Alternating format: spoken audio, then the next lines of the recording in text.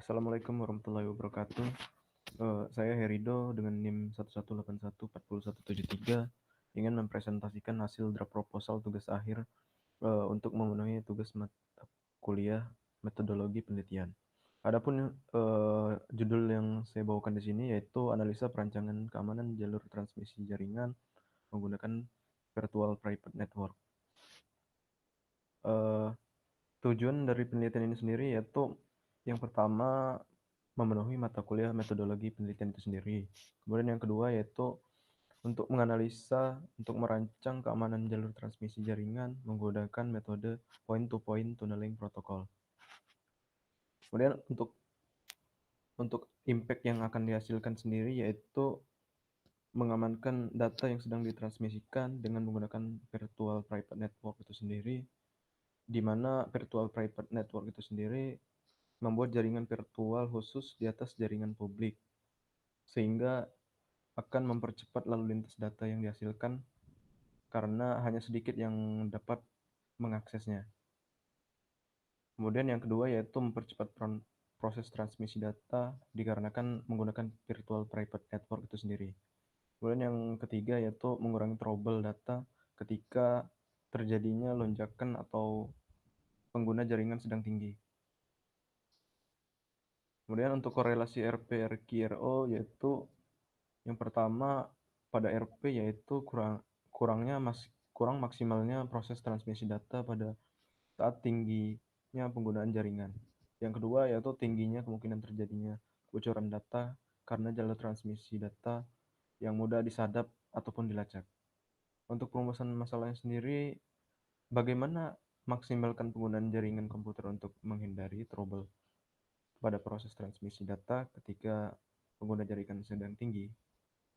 Kemudian yang kedua yaitu bagaimana cara agar proses transfer data sulit untuk disadap ketika tingginya proses transferasi data tersebut atau pengguna jaringan sedang tinggi. Kemudian dari tujuan penelitian sendiri yaitu memaksimalkan penggunaan jaringan pada proses transmisi data agar transmisi data tersebut semakin cepat dan tepat. Kemudian yang kedua yaitu memaksimalkan penggunaan jaringan pada proses transmisi data. Kemudian yang ketiga yaitu mendesain perancangan jalur transmisi menggunakan jaringan virtual atau VPN. Kemudian yang selanjutnya yaitu latar belakang dari penelitian ini sendiri yaitu karena sering terjadinya trouble pada saat pengumpulan tugas ketika jam deadline. Umumnya pada mahasiswa sendiri itu kebanyakan dari mereka dikarenakan memiliki banyak tugas dari mata kuliah yang lain, mereka itu mengumpulkan tugas itu di jadwal ataupun di jam-jam ketika mendekati waktu pengumpulan tugas itu berakhir. Kemudian dari hal tersebutlah pengguna jaringannya meningkat karena mahasiswa kebanyakan mengumpulkan di akhir tersebut, sehingga proses transmisi data yang mereka kirimkan itu menjadi lambat, bahkan tidak jarang terjadinya trouble pada saat mereka mengirimkan data yang mereka ingin kumpulkan. Dari masalah tersebut, judul ini saya angkat untuk membuat alternatif lalu lintas data yang dapat memungkinkan data transmisi data yang dilakukan dari lalu lintas yang padat tersebut akan dibuat jalur alternatif yang yang sedikit pengguna jaringannya. Nah, dari virtual tersebut akan mempercepat proses transmisi data tersebut. Kemudian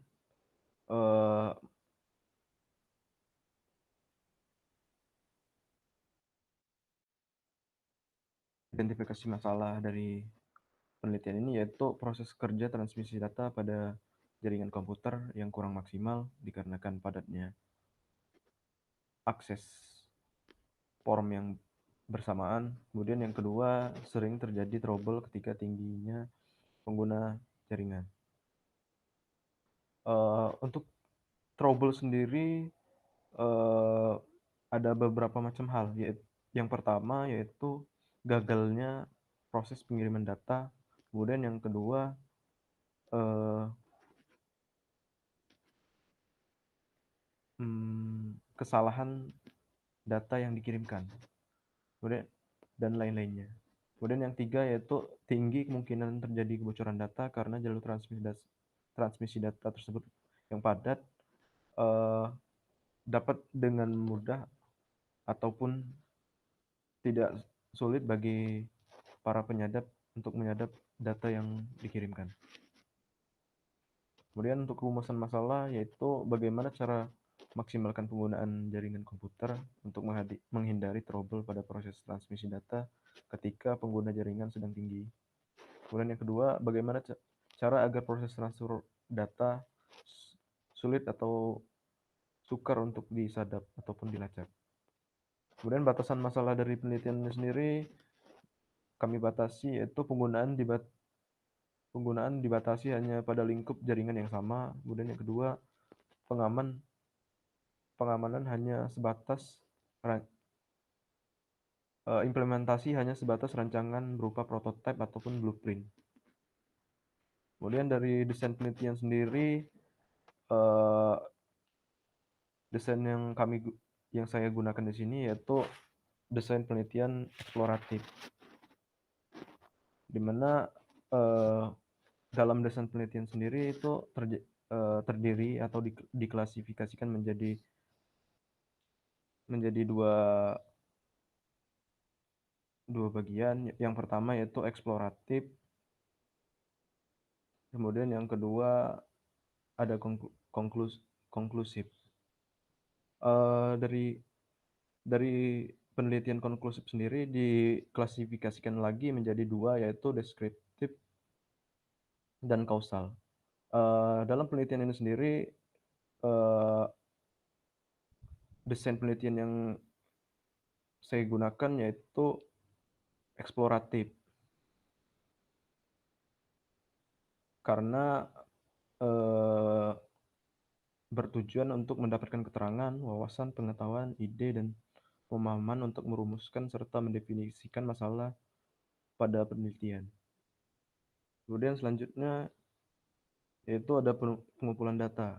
Teknik pengumpulan data yang saya pakai di sini sendiri yaitu teknik pengumpulan data kuantitatif dengan single cross sectional, eh, di mana saya memakai ini karena pada setiap elemen populasi hanya dilakukan satu kali, dan penelitian kuantitatif sendiri saya pilih karena dapat mempermudah peneliti dalam mengembangkan dan memastikan hasil analisis dari masalah yang ada.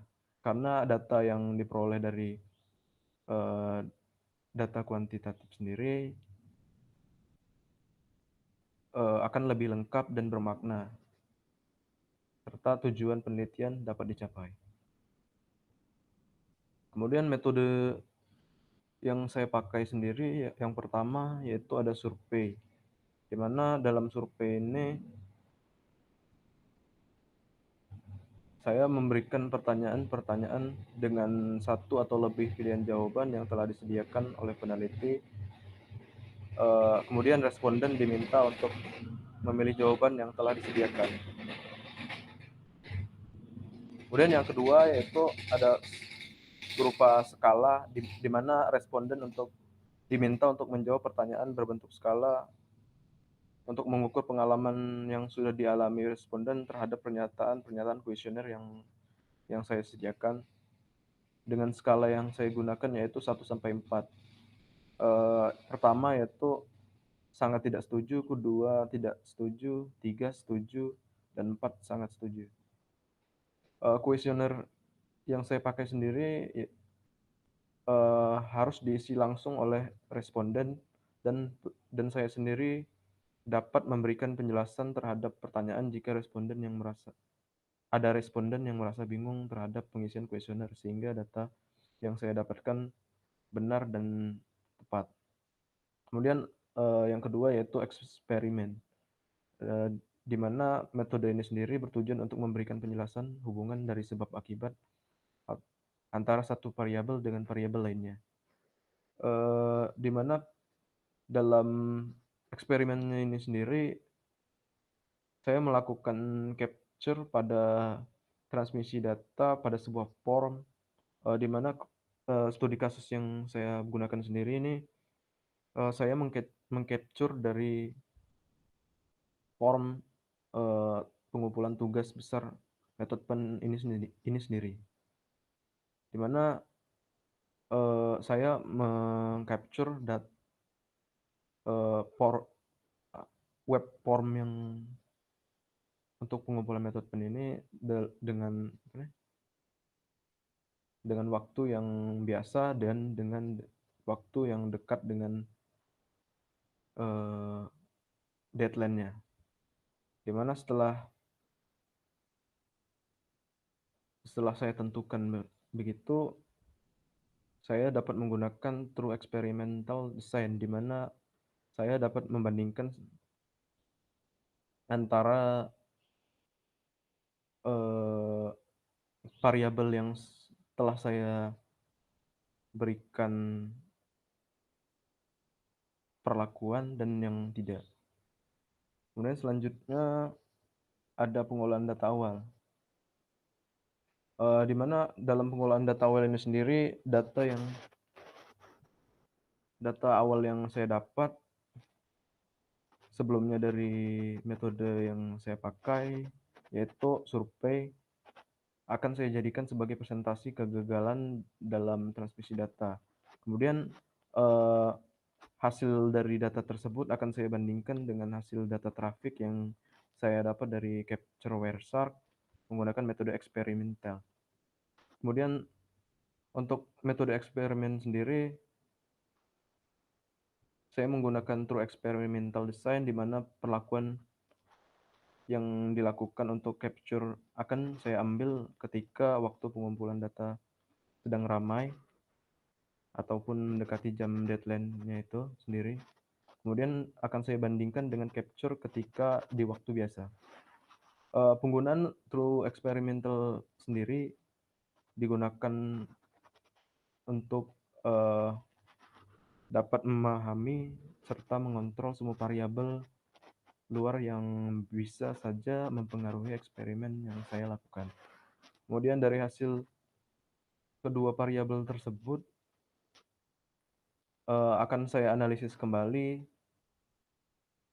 dengan dengan data yang saya ambil, yaitu kemungkinan kegagalan transmisi yang terjadi dan perbedaan kecepatan pada proses transmisi dari kedua variabel tersebut.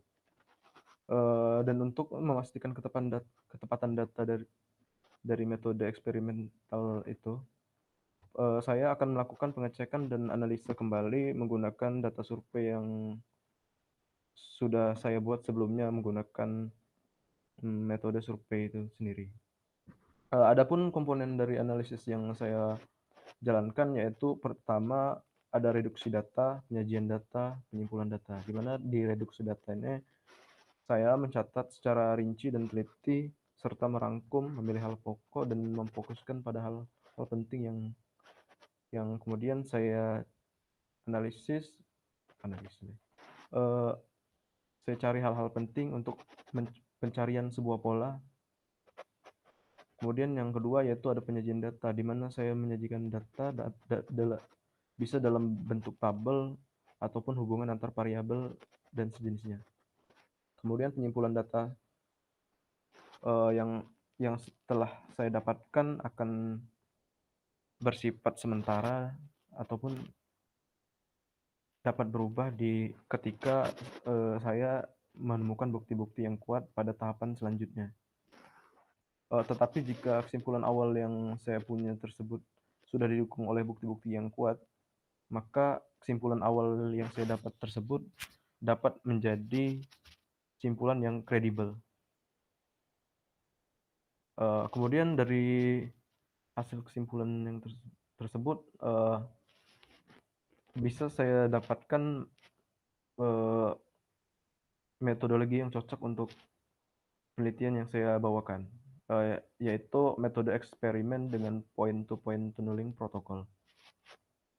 Dengan menggunakan metode eksperimen, peneliti dapat mengontrol semua variabel luar yang bisa mempengaruhi eksperimen yang dilakukan. Kemudian dengan point to point tunneling protokol sendiri, peneliti dapat dengan mudah membangun sebuah jaringan virtual untuk akses transmisi data yang akan diuji coba. Adapun tahapan penelitian yang saya lakukan yaitu yang pertama pengumpulan data, di mana saya mengumpulkan data yang dibutuhkan untuk pemecahan masalah dengan metode yang sesuai, yaitu eksperimen dan survei. Kemudian data awal yang saya dapat diolah menggunakan pendekatan kuantitatif dan analisis data pokok. Kemudian dari data yang ada didapatkan atau diusulkan metode apa yang akan saya gunakan maupun dikembangkan. Kemudian saya lakukan pengujian metode eh, terhadap data untuk mendapatkan kesimpulan awal dan dilakukan evaluasi dan validasi terhadap hasil akhir. Kemudian selanjutnya yaitu eksperimen dan pengujian metode. Di mana dalam pengujian metode sendiri saya menggunakan eksperimen menggunakan post-test only design, di mana dalam mengolah data awal saya melakukan eh, dua buah capture dengan perlakuan yang berbeda. Kemudian dari hasil kedua variabel tersebut saya bandingkan dan saya analisis kembali untuk mengambil data yang diperlukan untuk menyelesaikan masalah yang ada. Untuk dengan Rx sebagai sampel acak, X sendiri sebagai perlakuan yang saya berikan, dan O1 hasil dengan perlakuan, O2 hasil tanpa perlakuan. Kemudian selanjutnya evaluasi dan hasil. Dalam melakukan evaluasi dan hasil validasi sendiri, eh, untuk evaluasi sendiri saya menggunakan teknik non-test, di mana untuk kuesioner akan dijawab langsung oleh responden untuk mendapatkan hasil yang benar dan bermakna, dan untuk eksperimen sendiri akan dilakukan pengamatan dengan mengcapture form pengumpulan tugas untuk mencari data terbaru dan atau agar lebih memastikan hasil pemecahan masalah yang didapat. Kemudian untuk validasi hasil di sini saya menggunakan teknik triangulasi data, di mana teknik ini peneliti harus menggunakan atau mengambil dari form terbaru dan dari sumber atau variasi yang berbeda hingga mendapatkan bukti yang valid untuk memvalidasi hasil yang didapatkan.